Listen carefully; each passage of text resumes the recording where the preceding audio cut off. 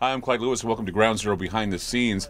I've been gone for a while, and a lot of stuff's been going on around the country that is pretty peculiar, but it's also a fulfillment of what I've been talking about for days. A lot of people have been listening to my Best Of shows saying, wow, it sounds like that you're talking about these events as if they were happening today, but you recorded them some weeks ago. And that's because what's going on in this country is frightening. The Constitution's being altered, and a lot of people are making laws or proposing bills that want to become law. They're going to make this country a police state. I want to start off by playing you some commercials that are rerunning on MTV right now. They're very effective, talking about the possibility of some sort of police state takeover. Let's watch.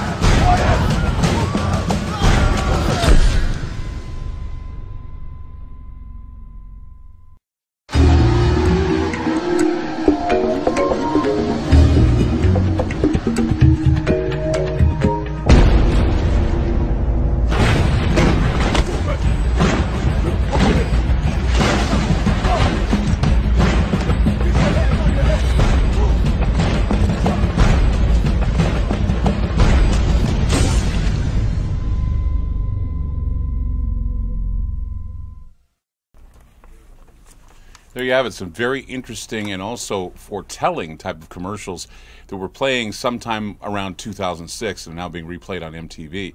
They're very effective in showing us how a police state can happen in this country.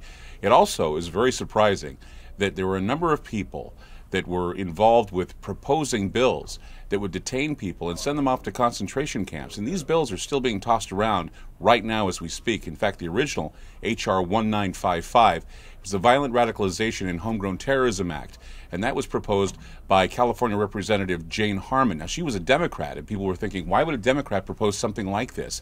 Well, it's because they don't want people to speak out against the government, because the government is about to make some changes that aren't going to be very popular with the American people. Now, here's something interesting.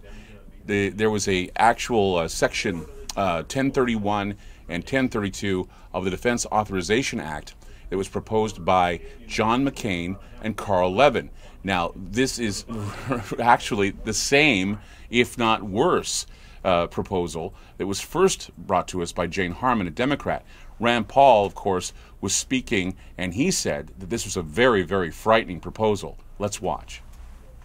Someday there could be a government in power that is shipping its citizens off for disagreements. There are laws on the books now that characterize who might be a terrorist. Someone missing fingers on their hands is a suspect, according to the Department of Justice. Someone who has guns, someone who has ammunition that is weatherproofed, someone who has more than 7 days of food in their house can be considered a potential terrorist. If you are suspected by these activities, do you want to have the government have the ability to send you to Guantanamo Bay for indefinite detention? A suspect. We're not talking about someone who has been tried and found guilty. We're talking about someone suspected of activities. But some of the things that make you suspicious of terrorism are having food, having more than 7 days of food, missing fingers on your hand, having ammunition, having weatherproofed ammunition, having several guns at your house. Is that enough? Are you willing to sacrifice your freedom for liberty? I remember when I talked about the first bill that Jane Harman first proposed. Everybody was for it because they thought it was good, because they didn't want people to try to attack Barack Obama because he was black, or they suspected he was a Muslim. They thought this is something good. They wanted to detain people who may want to harm the president.